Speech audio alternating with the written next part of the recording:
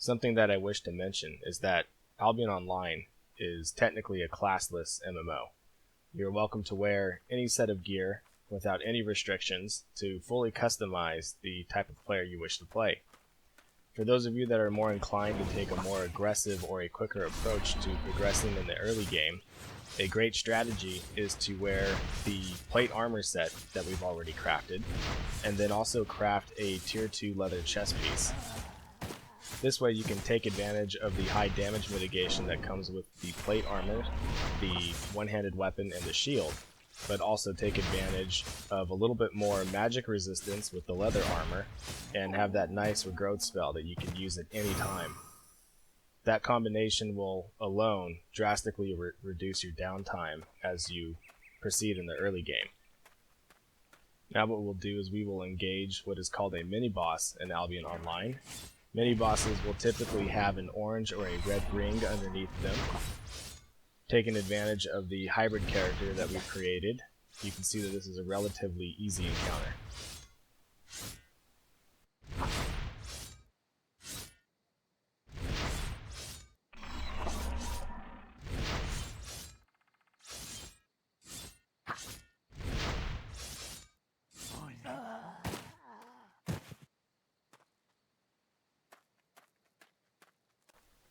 Now what we'll do is we'll finish the last 2 fame that we need to conclude our Journeyman Warrior progression by finishing off these last 2 mobs.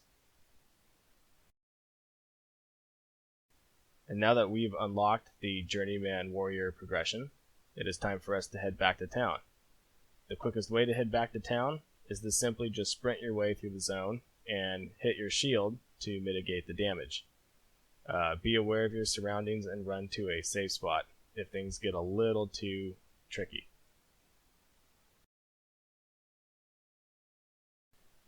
Now that we're back in town, we'll head back to the Journeyman's Warrior Forge so that we can research what resources we need to craft the tier 3 gear.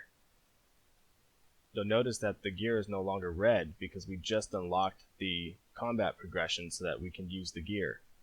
However, in order to craft the gear, now we have to unlock the ability to craft the gear. You do that by simply crafting as many tier 2 plate armor chest pieces as you can until you finish the progression. Once you've crafted a number of tier 2 plate chest pieces, you can utilize the repair station in the starter town so that you can salvage them back into the original resource. This way you can extend how many chest pieces you can craft without having to go back out into the world.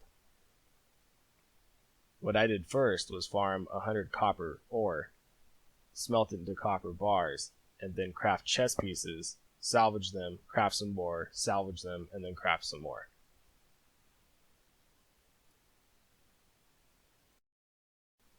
Now that we've crafted the remaining tier 2 chest pieces, we have unlocked the progression to be able to craft the tier 3 plate armor set. We can head back to the forge and now do our research for how many resources are required to craft the set. For the tier 3 plate armor set, we will need 48 tier 3 metal and 8 tier 3 wood. Now the first question we'll have is, where do we find tier 3 resources? If we bring up our global map by pressing K, we can look into the clusters immediately around the starter zone.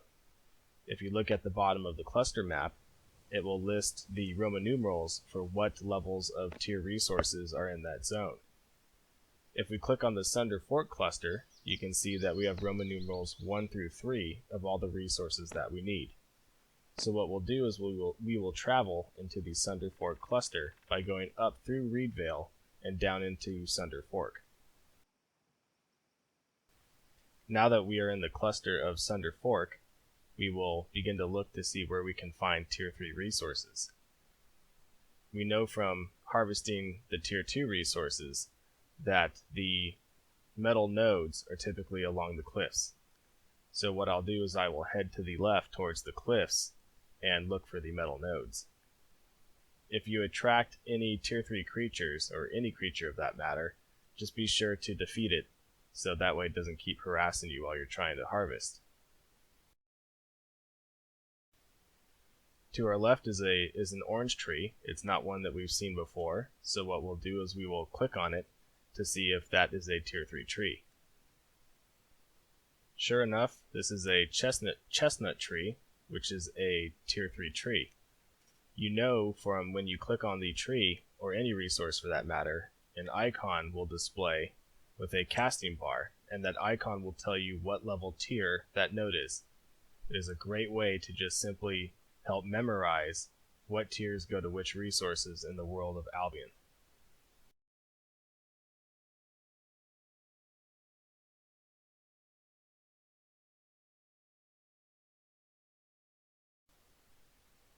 By running further along the cliffs, we have found what looks to be like a pink metal node, and so we'll go ahead and click on it to see what tier this resource is. It looks like this is a tin ore resource node, and it is also of a tier 3 variety. So now we are familiar with and we know what tier 3 metal nodes look like. We will begin harvesting all of the tier 3 wood and all of the tier 3 metal that we need so that we can craft our tier 3 plate set. Now that we are done harvesting all of the resources that we need for our gear, I figured I would just spend some time and try to see if I can kill a few tier 3 heretics. And as you can see, that did not go very well, so I'm trying to frantically run away. And as I run away, I just seem to be running into more wolves. Now this is pretty much going to be inevitable. If you die in a safe land, you simply just get knocked out and you must wait for the timer to expire. Once the timer expires, no worries. You will take a item durability hit on every item in your bag and on your character, but you will be invisible and it will allow you to run to a safe location so that you can heal and either start over, or what we'll do is head back to town. Now that we're back in town, we'll begin refining the resources that we have just recently harvested so we can craft our tier 3 gear.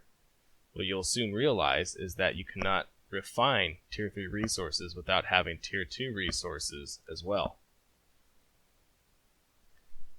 So what I have done is I have gathered enough copper and enough tin metal so that I can refine both of them at the same time, and I'll do that for the tier 3 wood as well.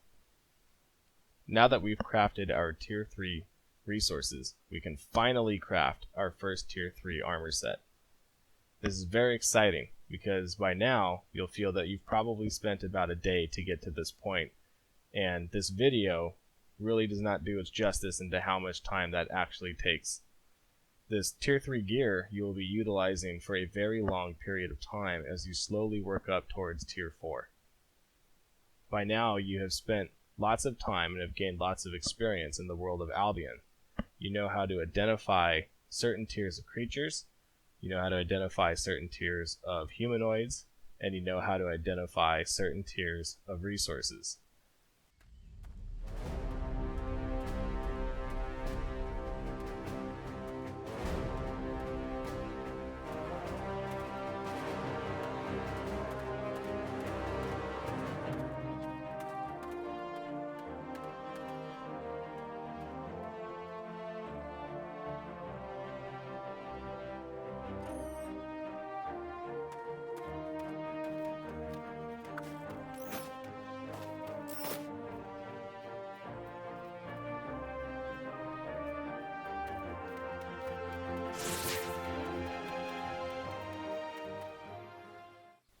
What I recommend is all players, after crafting your first tier 3 armor set, I recommend that you head to the nearest city market, or the nearest player city, I should say. Queen's Market is the one that was closest to Middlecross, so I ran into that city.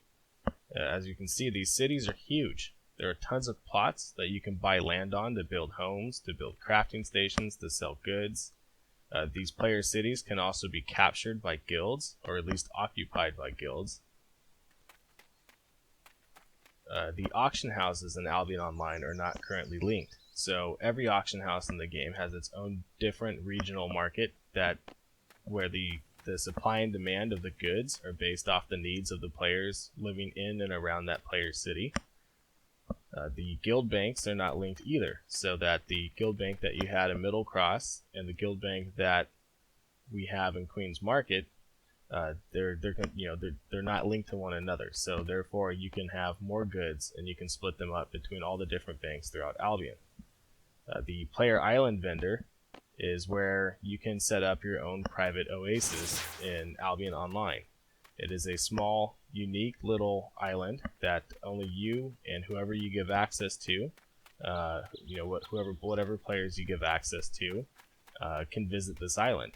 There are plenty of plots that you can build various homes, crafting stations, really whatever you like. You bring that up by bringing up the build function in the game. It's a nice little feature of Albion Online that isn't common in other sandbox MMOs, so that you can take some time away from the chaos that can exist in the world to just kind of focus on whatever your more private intentions or private needs are. If you want to make some if you want to make some food, or if you want to raise a pasture so that you can provide your own mounts. Of course, there you saw I just dropped a player house. Over here I will drop a farm so that you can raise crops, so that you can feed your pasture, your animals, so you can raise them. It's a very nice feature of Albion Online. Now we'll head back to the player city of Queen's Market and take this opportunity to hit G and bring up the guild panel, where you can browse all the different guilds in the game and you can categorize them by size and by experience. For the sake of this video, we'll go ahead and join the guild called Conflict. Now we'll take an opportunity to explore the world map by again pressing K, largely to identify all the zones that are gated off by the walls that are around the player cities.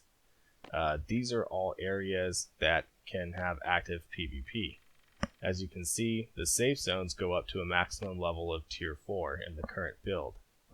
The PvP limited zones that are featured by a single skull are the ones where you can engage in PvP if you wish. So what you do is you flag yourself as a PvP character and you can run around and you can pillage and fight with any player in the game. You can also enter those zones as a safe player so that you can harvest higher level resources without being too pestered. The red zones, or the ones with 3 skulls, are the ones that are full PvP. You have absolutely no choice as to what happens. Anybody can jump your bones at any time. As you can see, there are guards that guard outside of the player cities in the PvP zones, and the PvP zones in the PvP limited lands feature a hostile counter, so you know how many currently active PvP players are in that zone. That may determine whether or not you want to enter that zone. I want to take this opportunity to thank you for watching this tutorial video. I hope it helps you in the world of Albion, and I'll see you in game.